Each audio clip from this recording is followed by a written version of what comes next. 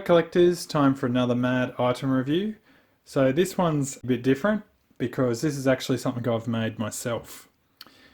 So I like to do a lot of woodwork in my spare time. I make all sorts of things, mainly art projects, but a bunch of different things. So I thought I'd just show this off because I put it on Facebook and got a fair bit of feedback on it. So yeah, this is a mad cover. So what I've actually done is I've cut it out of a bunch of different layers of wood. So you can see here I've got a backer, so I'll just flip it over. You can see that's an old piece of wood. And then I've cut it out of a piece of plywood. And we have the lettering, so that's also 3 layers. So let's have a look at the mad that it comes from. So of course it's this mad here. And I'll just put it side by side comparison. So it's actually quite a bit bigger, and it's not identical. Obviously I haven't put all the artwork on it, but that stuff's a bit too intricate. So I use a scroll saw to cut all these pieces out.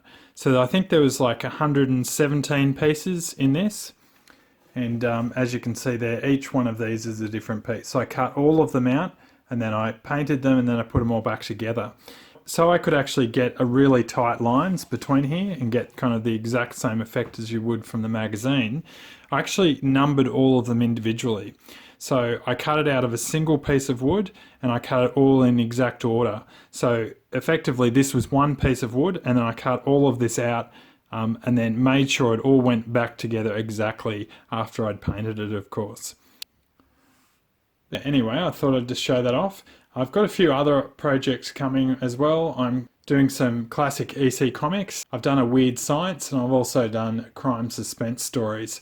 They're just the mastheads of those, but they're very complex mastheads. When I finish those, I'll probably include those in another video. I just haven't glued them up yet. But anyway, I'd be interested to see what you thought of this and whether I should do some more covers. And I'd also be interested in covers you think would actually translate to a wooden version. So I can't have too crazily intricate stuff and gradients and things because I'm actually painting all these pieces separately. I don't know much about shading and stuff like that, so I don't want to get into things too crazily complicated. Another one I was thinking of was Al Jaffe Goes Bananas. It was a paperback book which I think would look really good, as I could do, you know, maybe 6 layers of that, and actually it's fairly basic in its shape, but it is quite complex in its levels. So yeah, I think that would lend itself well to this style. So yeah, when I saw this edition came out, this is actually the Australian edition of that cover, but when this came out, the American version, that would lend itself well to doing it in wood and try my hand at it, and I think it came out really well. I kind of helped myself by making it out of one continuous piece of wood and not just cutting out all the different bits, because using a scroll saw or using any machinery that's not computer done, it is going to have slight imperfections because that's kind of, you know, what you get when you make handmade things.